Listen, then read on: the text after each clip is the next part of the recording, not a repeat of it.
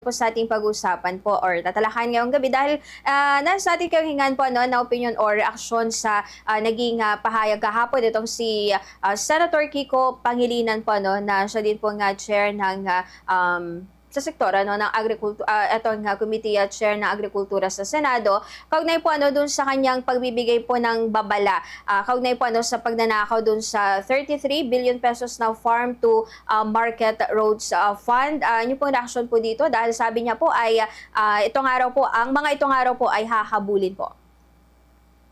Well, welcome po sa amin yung panawagan ni Kwan at babala ni Senator Kiko Pangilinan.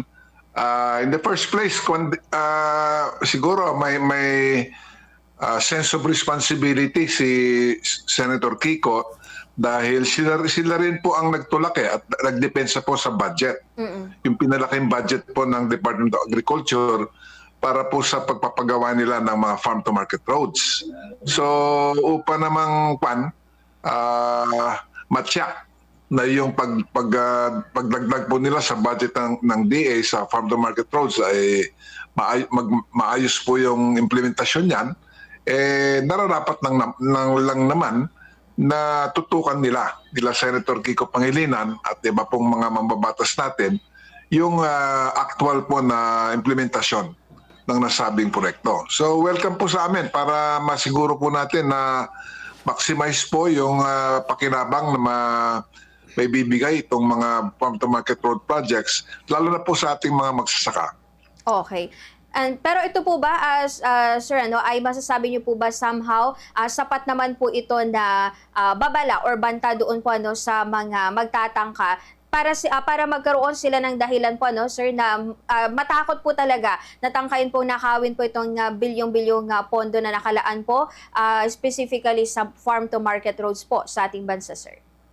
Of course, hindi sapat yung magkaroon, magpalabas ng warning o babala sila Senator Kiko. Bagamat sinabi rin po niya na pagpapatuloy po nila yung kanilang pagmamanman, yung oversight from the Senate sa ating Department of Agriculture.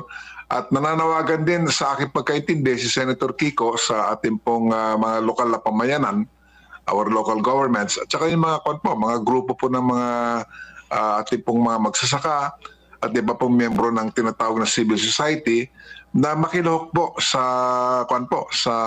masusing pag-monitor ng implementasyon po ng nasabing farm-to-market roads. So, taken all together, meron pong babala, meron pong Senate oversight, tapos merong partisipasyon po, especially sa monitoring ng civil society at local governments. Lahat po yan kailangan po para maisiguro po na maayos yung actual po na implementasyon ng nasabing mga proyekto. Okay po. And speaking of farm-to-market roads po, Sir Leonardo, ay meron po ba din sa ngayon mga hakbang po kayo para i-follow up po sa Department of Agriculture naman itong mga na-discovery po na mga farm-to-market roads na sa ilalim po ng DPWH na tila nagkaroon po ng mga anomalya simula po nung imbestigahan po yung sa flood control kasi na-discovery na meron pa lang pati farm-to-market roads po na pinag-ugatan yata ng anomalya. Well, sa nakaraan, under the DPWH, ang naging mga natatanggap namin mga ulat noon ay kung minsan hindi naman sa tamang lugar yung actual location po ng FMR. May mga ulat noon na ang nabibigyan po ng mga farm-to-market roads o yung mga lugar na pinaglalagyan yan, ang rason talaga ay political.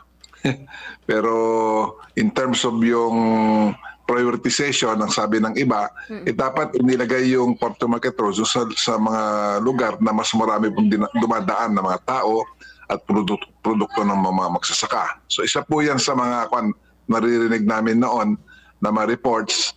There were also some reports of yung nag-release ng pera, nagkaroon ng farm-to-market road, pero napaka-ikli naman yung karsada.